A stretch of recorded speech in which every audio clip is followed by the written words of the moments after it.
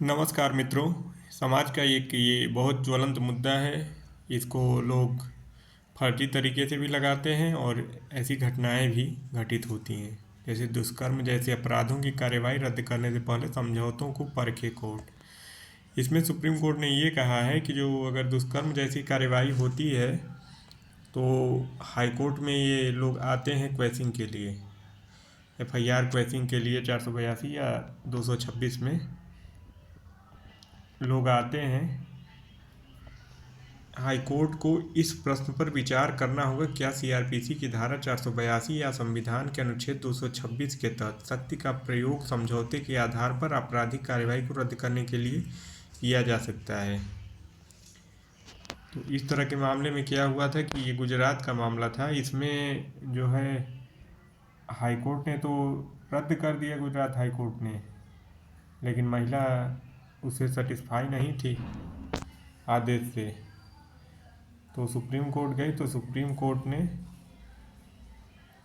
ये आदेश किया है कि महिला हाईकोर्ट के उस आदेश से व्यतीत है जिसने आपराधिक कार्यवाही को इस निर्देश के साथ रद्द कर दिया है कि अत्याचार अधिनियम के तहत अपीलकर्ता की ओर से प्राप्त मुआवजा संबंधित अथॉरिटी को वापस किया जाना चाहिए।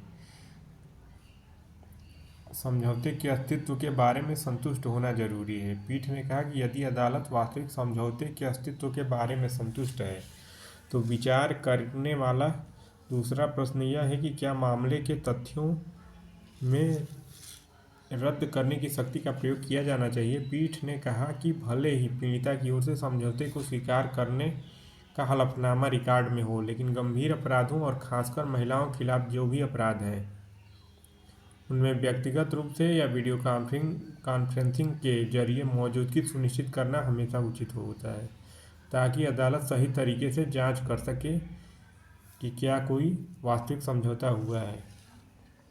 रिकॉर्ड पे जो भी हो, लेकिन क्लियर जब तक समझौता नहीं मिल जाती तब तक ये रद्द करना ठीक नहीं है। हाईकोर्ट ने आईपीसी की धारा 376 2N और 506 तथा SC/ST एक्ट की विभिन्न धाराओं के तहत महिला की ओर से अपने नियोक्ता के खिलाफ ये आपराधिक मामला दर्ज किया गया था, और जिसको हाईकोर्ट ने 3 लाख रुपए के भुगतान पे रद्द कर दिया।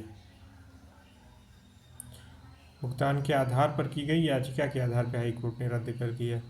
महिला के वकील ने दावा किया है कि वह महिला अशिक्षित है, उसे बिना बताए संदिग्ध परिस्थितियों में ये सब चीज़ें कर ली गई थी।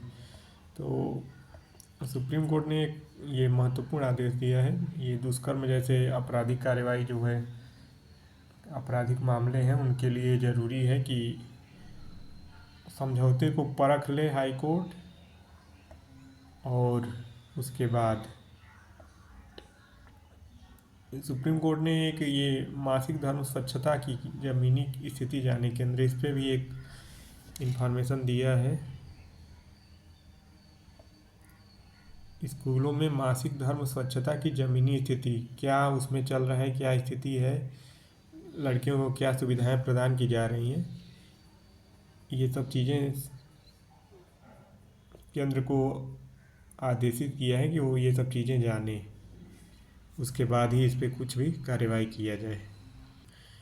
एक महत्वपूर्ण आदेश में बॉम्बे हाई कोर्ट ने यह आदेश दिया है कि पत्नी अगर नाबालिग है तो सहमति से संबंध भी दुष्कर्म होगा। अगर नाबालिग है तो सहमति से भी जो संबंध होगा वो दुष्कर्म होगा। बॉम्बे हाईकोर्ट ने नाबालिग पत्नी के साथ यौन संबंधों के मामले में अहम फैसला सुनाया है।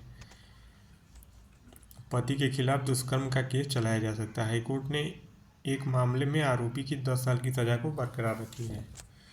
ये एक अच्छा और महत्वपूर्ण फैसला है। 2021 में सत्र न्यायालय ने इसको खारिज कर दिया था, व्यक्ति की अपील खारिज कर दी थी।